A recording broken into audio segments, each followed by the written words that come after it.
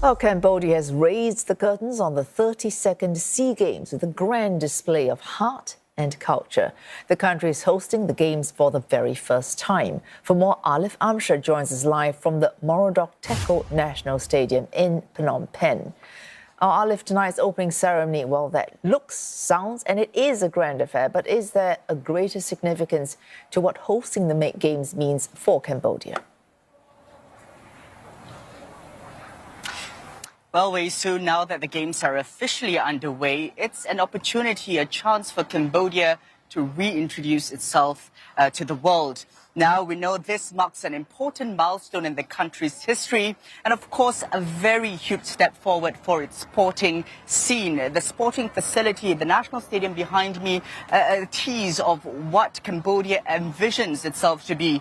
It's looking to build up its pool of athletes. It wants to perform better at regional and continental games as well. So this is certainly a step in the right direction for the host country. Now, this is all made possible by the political stability in recent times. And certainly, my crew and I have spent the last 3 days in Phnom Penh, the host city, to just look at how preparations have been for the Games. And one thing that really struck us is the warm hospitality that we've received. The volunteers are also eager to help us.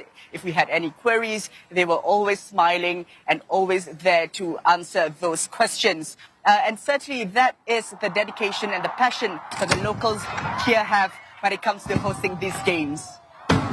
My colleague Lauren The flags of the region flying high against the backdrop of a brand new stadium completed just 1.5 years ago.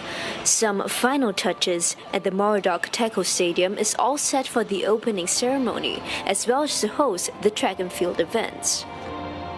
It's been a long-awaited honor for Cambodia, having been part of the SEA Games' 64-year-old history, but never a host until now. And if you're here to watch the Games, you can enter these competition venues for free. And the same goes for TV channels to broadcast these Games. That's as authorities are putting aside profits and focusing on showcasing Cambodia to the world. The brains behind the whole operation are all in this building right next door.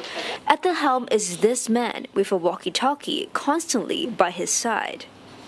In terms of security, in terms of the logistics, in terms of the protocol, we really have the support from the different ministry. Even the broadcasting also, we can have support from the Ministry of Information.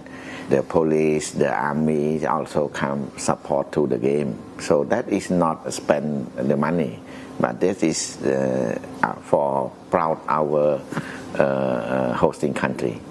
The police are also on hand to help those who are here for the Games get from one venue to another. I think the own people come here happy, but need some prepare more for the transportation, and I think especially for the competition schedule. Even got volunteer students to come and help us clean up. I mean, we are very, very privileged, yeah, to be here. So good to experience here for all athletes and good food. I am a security and defend all in sport village. I feel very happy. The Cambodia proud about the SEA Games. We try our best to serve all the participating country delegation the best as much as we can. And so far we have so many good comments from Singapore, from our friend Asian nation, that our hospitality is good. It's this hospitality, willingness to learn, and a sincerity to invite the neighboring countries that has encouraged stakeholders around the region to help out as well. Lauren Ong, CNA, Phnom Penh. Alif, what can we look forward to from Team Singapore at these Games?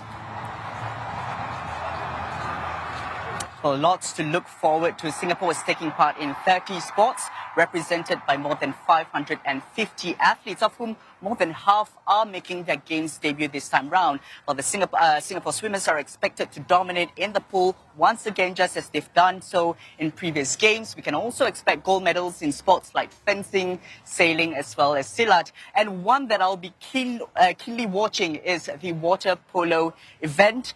Singapore will certainly be looking to regain their crown that they lost for the first time in more than 50 years in 2019. So certainly a very interesting campaign for Singapore's water polo players. And over the next 2 weeks, Lauren and I will be bringing you all the action from Team Singapore at these games. So stay tuned. Oh, we certainly do. The Alif Amshad there reporting live from the opening ceremony of the 32nd SEA Games in Phnom Penh.